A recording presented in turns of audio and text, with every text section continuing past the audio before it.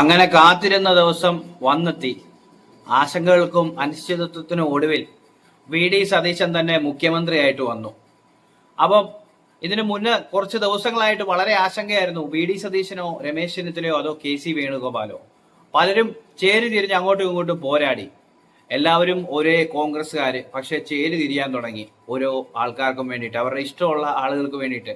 മൂന്ന് പേരും യോഗ്യർ. രമേശ് ചെന്നിത്തല എന്ന് പറയുമ്പോൾ വളരെ സീനിയർ ആയിട്ടുള്ള നേതാവാണ്. ആ സീനിയോറിറ്റി വെച്ചും അദ്ദേഹത്തിന്റെ പ്രവർത്തന പരിചയം വെച്ചും അദ്ദേഹത്തിന് മുഖ്യമന്ത്രിയാകാനുള്ള സാധ്യതയുണ്ട്.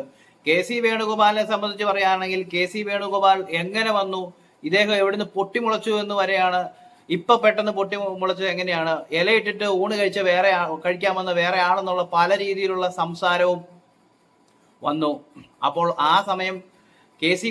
വേണുഗോപാലിന്റെ ചരിത്രം എന്താണെന്നുള്ളതും അദ്ദേഹം എന്തുമാത്രം തല്ലുകൊണ്ടിട്ടുണ്ടെന്നുള്ളതും അദ്ദേഹം കണ്ണൂരൊക്കെ പോയി അവിടെ മത്സരിച്ച് ജയിച്ചിട്ടുള്ള വ്യക്തിയാണെന്നും അല്ലെങ്കിൽ അദ്ദേഹത്തിന്റെ ചരിത്രം എടുത്തു കഴിഞ്ഞാൽ അദ്ദേഹം എന്തൊക്കെ ചെയ്തിട്ടുണ്ടെന്നുള്ളതും മനസ്സിലാവും. പക്ഷേ ഈ സമയങ്ങളിലൊക്കെ അതൊന്നും ആരുടെയും കണ്ണിൽപ്പെട്ടില്ല. പകരം വി.ഡി. സതീശനെ മാത്രമായിരുന്നു ഒരു ഭൂരിഭാഗം ആളുകളുടെയും ഫോക്കസ്. പക്ഷേ എം.എൽ.എമാരുടെ സഖ്യം പറയുകയാണെങ്കിൽ എം.എൽ.എമാരുടെ ഭാഗത്തുനിന്ന് സപ്പോർട്ട് കെ.സി. വേണുഗോപാലിന്, അത് കഴിഞ്ഞിട്ട് സീനിയോറിറ്റി വെച്ചിട്ട് Ramesh Chennithala.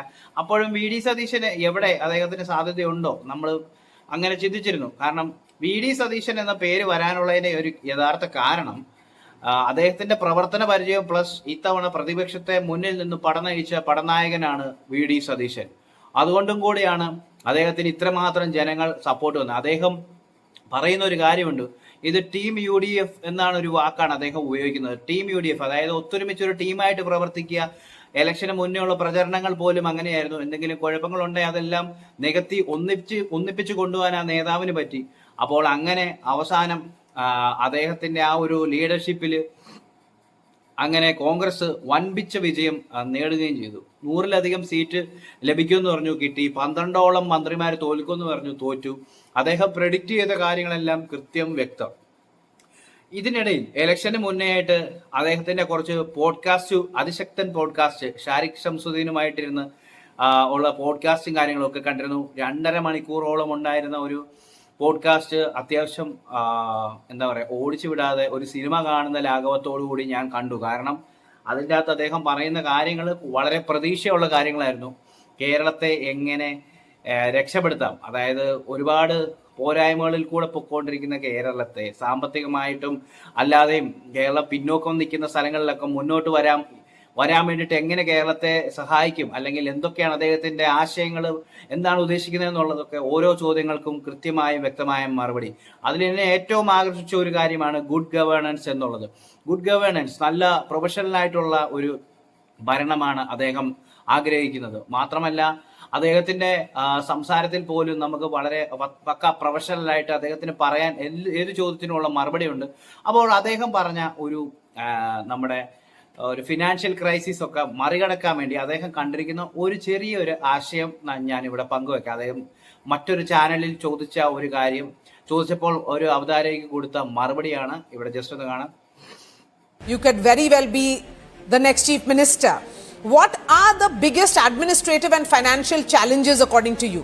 UDF has a plan. For example, we have seaside, Arabian Sea, 600 kilometers. We have 2 international seaports and 1 container terminal and 17 mini ports. We have a plan for a coastal shipping. First, logistics. Second, cruise shipping.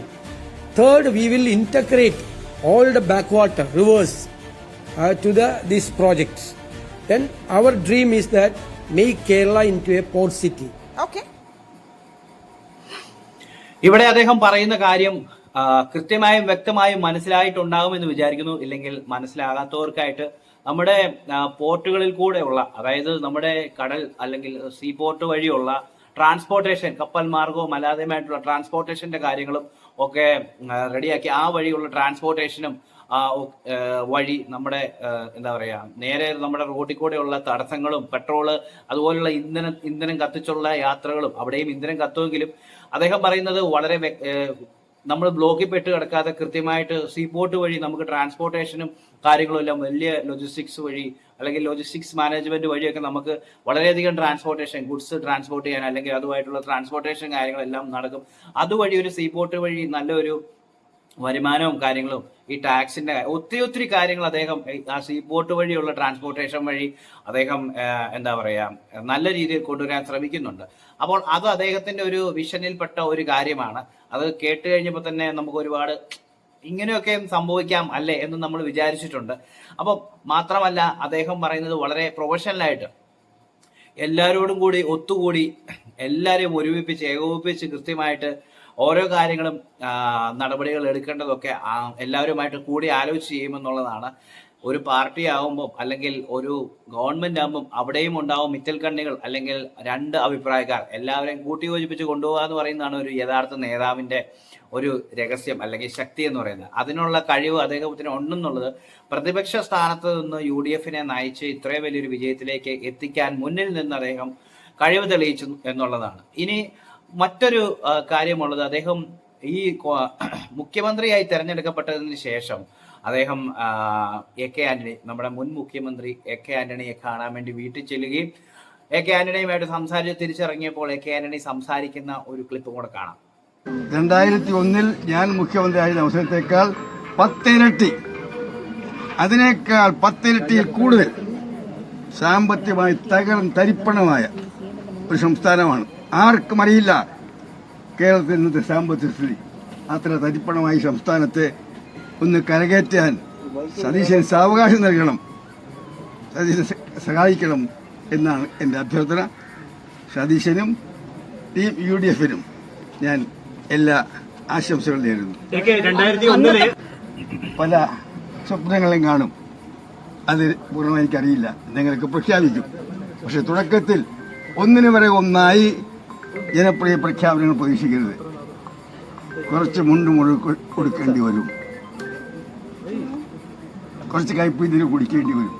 ആ ഘട്ടത്തിൽ ഇവിടെ video മുഴുവൻ play ചെയ്യുന്നില്ല, പക്ഷെ എന്നാലും അദ്ദേഹം പറയുന്ന കാര്യങ്ങൾ ആദ്യം VD സതീശനുള്ള അഭിവാദ്യങ്ങൾ അർപ്പിച്ചതിന് ശേഷം അദ്ദേഹം പറയുന്നത് മാധ്യമങ്ങൾക്ക് മുന്നിൽ VD സതീശനെ നിർത്തി നമ്മുടെ മുഖ്യമന്ത്രിയെ നിർത്തിക്കൊണ്ട് അദ്ദേഹം പറയുന്നുണ്ട് മുഖ്യമന്ത്രി പറഞ്ഞിരിക്കുന്ന കാര്യങ്ങൾ, അതായത് VD സതീശൻ കുറെ കാര്യങ്ങൾ ചെയ്തു കൊടുക്കാം അല്ലെ ചെയ്യാമെന്ന് പറഞ്ഞിരിക്കുന്ന കാര്യങ്ങളെല്ലാം ചെയ്യും, പക്ഷെ അതിനു വേണ്ട ഒരു സമയം കൊടുക്കണം, എല്ലാം സമയബന്ധിതമായിട്ട് ചെയ്തു തീർക്കുമെന്നാണ് പറയുന്നത്. രണ്ടാമത് കൂട്ടത്തിൽ ഒട്ടിച്ചേരാൻ കുറെ ഇത്തൽ കണ്ണികളൊക്കെ വരും, അവരെയൊക്കെ സൂക്ഷിച്ച് കൈകാര്യം ചെയ്യുക.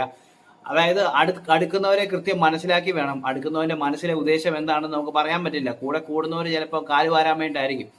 അത് നമ്മുടെ പഴയ മുൻ മുഖ്യമന്ത്രി പിണറായി വിജയനെ വെച്ച് അദ്ദേഹത്തെ ഉദാഹരണം വെച്ചിട്ട് തന്നെയാണ് AK ആന്റണി പറഞ്ഞത്. സംസാരത്തിൽ അങ്ങനെ അദ്ദേഹത്തിന്റെ പേരൊക്കെ മെൻഷൻ ചെയ്യുന്നുണ്ട്. അപ്പൊ എന്തായാലും നല്ലൊരു എന്താ പറയാ ഭരണം നമുക്ക് പ്രതീക്ഷിക്കാം.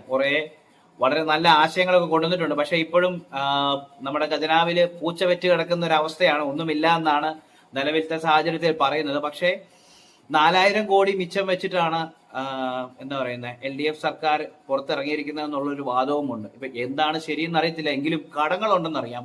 കടങ്ങളൊക്കെ തീർത്ത് വൃത്തിയായിട്ട് കേരളം ഭരിച്ചു കാണിക്കാം എന്നാണ് നമ്മുടെ പ്രിയങ്കരനായ VD സതീശൻ നേരത്തെ പറഞ്ഞിരിക്കുന്നത്. അദ്ദേഹം അതിനായിട്ടാണ് ശ്രമിക്കുന്നത്.